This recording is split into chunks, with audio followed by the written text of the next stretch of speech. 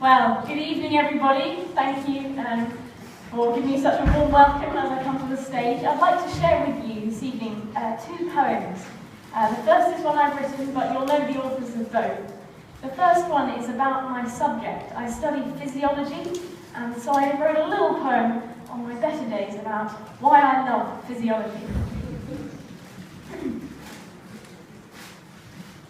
I study the organic mechanics of every human on the planet, from cognitive psychology and clinical neurology to an astonishing understanding of human immunology.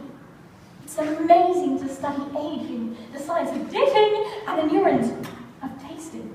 Presumably my only chance to put a dead body under scrutiny and observe its ingenuity. I find the human construction through a process of instruction and scientific deduction, though it is often incomprehensible. It is hands down incredible. But hands up if you've heard that you come to university just to find yourself. Wouldn't it be fun to put that on the shelf and instead study yourself?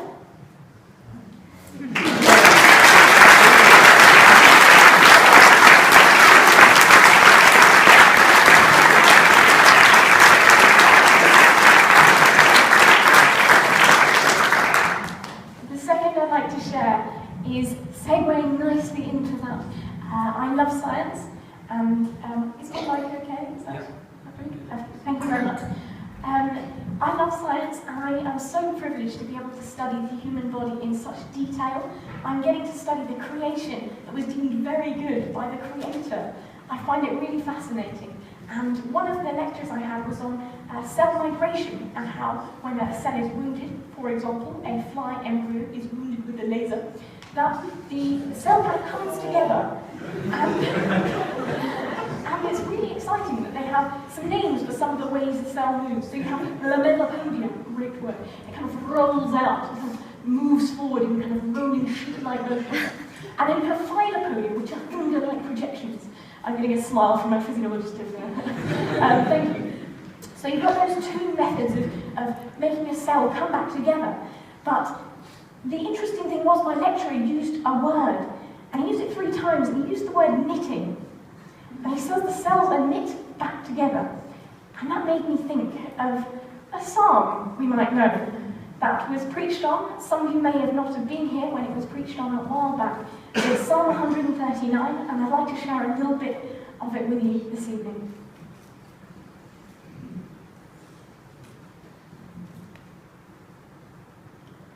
You have searched me, Lord, and you know me. You know when I sit and when I rise. You perceive my thoughts from afar.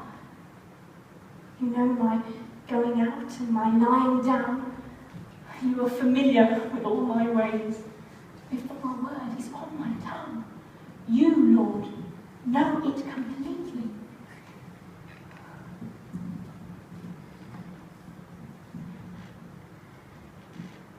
Such knowledge is too wonderful for me, too lofty for me to attain.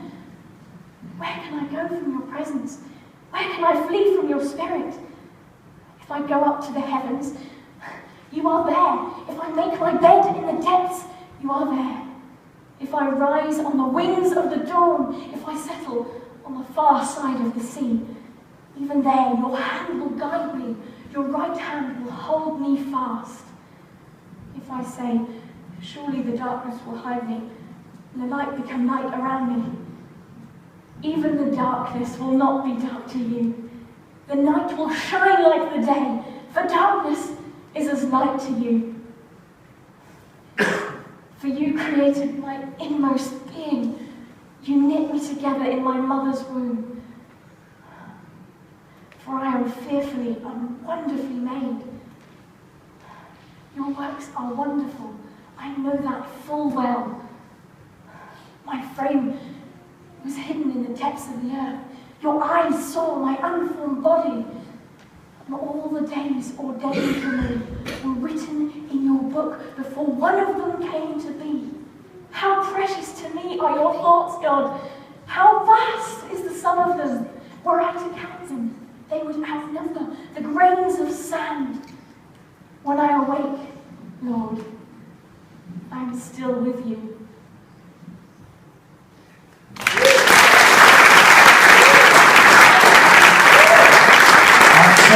Fantastic. Keep clapping. That was really fantastic.